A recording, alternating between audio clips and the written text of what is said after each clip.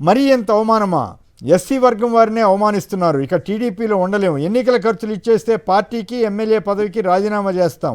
సచివేట్ TDP MLA కోనేటి ఆదిమూలం కుమారుడు సుమన్. ఇదో సంచలన వార్త. ఖర్చులకి ఇచ్చేయండి అని బహుశా కొత్త ప్రపోజల్. ఇటువంటి ప్రపోజల్ ఎవరు పెట్టలేదేమో. ఏమంటారు వెంకటరెడ్డి గారు? అంటే తెలుగుదేశం పార్టీలో పరిస్థితి ఎలా ఉందంటానికి ఒక్కొక్క ఎస్సీ ఎమ్మెల్యే బయటకు వచ్చి చెప్తున్నటువంటి పరిస్థితి. అంటే వాళ్ళకి అక్కడ ఎమ్మెల్యేలు కాకుండా ఎమ్మెల్యేలకి పైన తెలుగుదేశం పార్టీకి సంబంధించినటువంటి వ్యక్తుల పెత్తనం నడుస్తుంది అనేది వాళ్ళు క్లియర్గా కొలికిపూడి అంశం చూడండి. ఇప్పుడు పైగా ఇక్కడ ఆయన ఓపెన్గా చెబుతున్నాడు, అగ్రవర్ణాలు లేకపోతే ఇంకా పలుకుబడి కలిగిన వాళ్ళు వాళ్ళ పట్లేమో టీడీపీలో ఒక రకంగా ఉంది, మా వేకర్ సెక్షన్స్ పట్ల ఇంకో రకంగా ఉందని ఈయన. అక్కడ ఇంకొక కీలకమైన పాయింట్ సార్, జగన్మోహన్ రెడ్డి గారు ఒక ఏడాది క్రితం ప్రెస్ మీట్లో ఒక మాట చెప్పారు.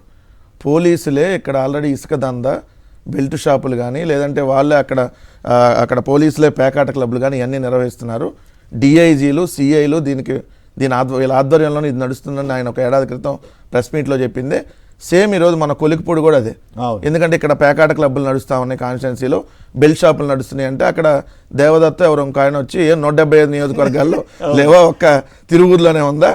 ప్రమోషన్ కూడా ఇచ్చారు, రాష్ట్ర కార్యనిర్వహణ కార్యదర్శి ఏదో ఇచ్చారు, ప్రమోషన్ కూడా ఇచ్చారు. అంటే ఏంటంటే వాళ్ళు క్లియర్ ఒప్పుకుంటున్నారు. అవును, అధికారంలోకి వచ్చింది తెలుగుదేశం పార్టీ ఇసుక దందా చేయడానికే, లేదంటే పేకాట క్లబ్బులు నడపడానికే, లేదంటే మట్టి అమ్ముకుంటాం, లేదంటే అక్రమ మద్యం అమ్ముతాం, అక్రమంగా బెల్ట్ షాపులు నిర్వహిస్తాం, 175 నియోజకవర్గాల్లో లేవా అని అంటున్నారు. ఇప్పుడు సేమ్ నేను ఎమ్మెల్యే కొడుకు ఎవరైతే సచివేడ్ ఎమ్మెల్యే ఆదిమూలం కొడుకు చెప్పేది ఏంది, ఒక సిఐ ఆధ్వర్యంలో ఒక 50 నుంచి 60 టిప్పర్లు రోజు ఇక్కడ నుంచి తమిళనాడుకి ఇసుకను అక్రమంగా తరలిస్తున్నారని చెప్పాడు.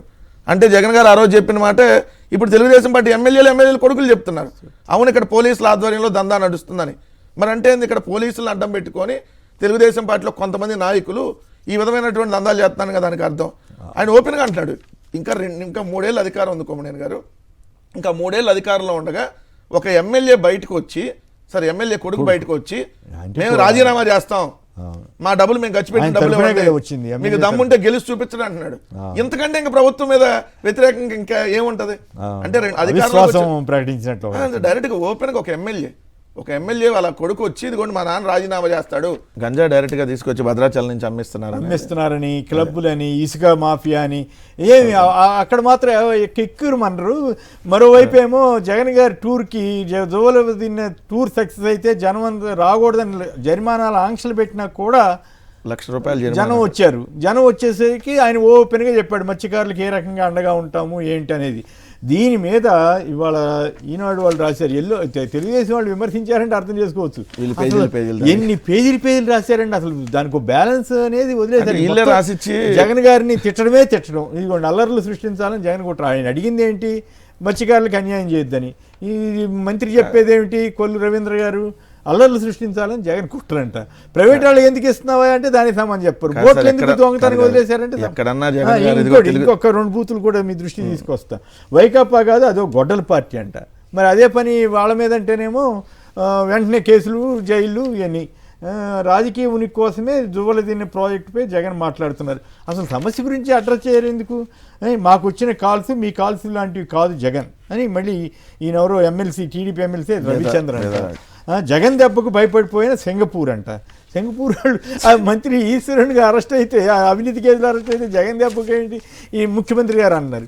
సో ఈ జగన్ ఎక్కడికైనా టూరు వెళ్తే వీళ్ళు ఎందుకు ఇంత గదగదలాడుతున్నారు? సార్ మీరు అబ్జర్వ్ చేయండి కొమ్మనేని గారు, జగన్మోహన్ రెడ్డి గారు టూరు ఇప్పుడు సపోజ్ ఎక్కడైనా పరామర్శకి వెళ్తున్నారనో, లేదంటే మీరు అన్నట్టు మిర్చి రైతుల దగ్గరకో, అంతకుముందు లేదంటే పొగాకు రైతుల దగ్గరకో, బంగారుపాలెం వెళ్ళినట్టు వెళ్ళే ముందే తెలుగుదేశం పార్టీ ఇదిగో మీరు 100 మంది వెళ్ళాలి, ఇదిగో 2 కార్లు వెళ్ళాలి, ఈ ఆంక్షలు, లేదంటే హెలీప్యాడ్కి పర్మిషన్ ఇవ్వకపోవటం, అసలు నువ్వు ఎందుకు వెళ్తున్నావు అని వ్యక్తిగతంగా దాడి చేయటం వెళ్ళే ముందు నుంచే స్టార్ట్ చేస్తారు.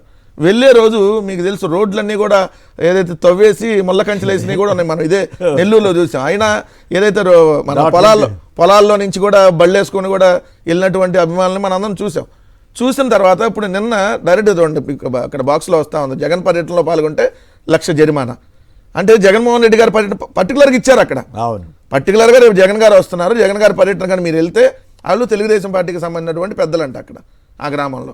సో వాళ్ళు డైరెక్ట్గా ఏంటంటే ₹1,00,000 జరిమానా భయపెట్టడం.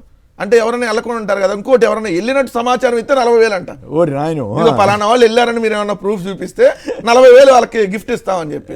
సో ఇలాంటి పరిస్థితిలో కూడా నిన్న వేలాదిగా జగన్మోహన్ రెడ్డి గారి కోసం హెలీప్యాడ్ నుంచి ఏదైతే జగన్మోహన్ రెడ్డి గారి మీటింగ్ దాకా వేలాదిగా వచ్చినటువంటి పరిస్థితి.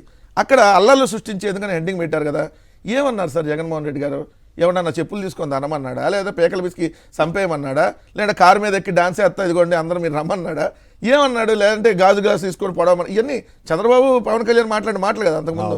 ఆయన ఏమన్నాడు క్లియర్గా, ఇది మత్స్యకారులకు సంబంధించినటువంటి సంపద, ఈ సంపదని ప్రైవేట్ కంపెనీ ఏదైతే సాగర్ డిఫెన్స్ అకాడమీ అనేటటువంటి ముంబైకి సంబంధించినటువంటి వాళ్ళకి ఇస్తున్నారు. రేపొద్దున వస్తే వాళ్ళని ఇక్కడి నుంచి నేను పంపించేస్తాను, షిఫ్ట్ చేస్తాను, ఇక్కడ నుంచి షిఫ్ట్ చేస్తాను, రాష్ట్రం నుంచి పంపించడం, ఇక్కడ నుంచి షిఫ్ట్ చేస్తాను సార్. కాదు కొమ్మినేని గారు, అప్పుడు తీర ప్రాంతం ఉంటే అక్కడ అన్ని వదిలేసి భారతదేశంలో అత్యధిక తీర ప్రాంతం గుజరాత్ తర్వాత ఆంధ్రప్రదేశ్కి ఉంది.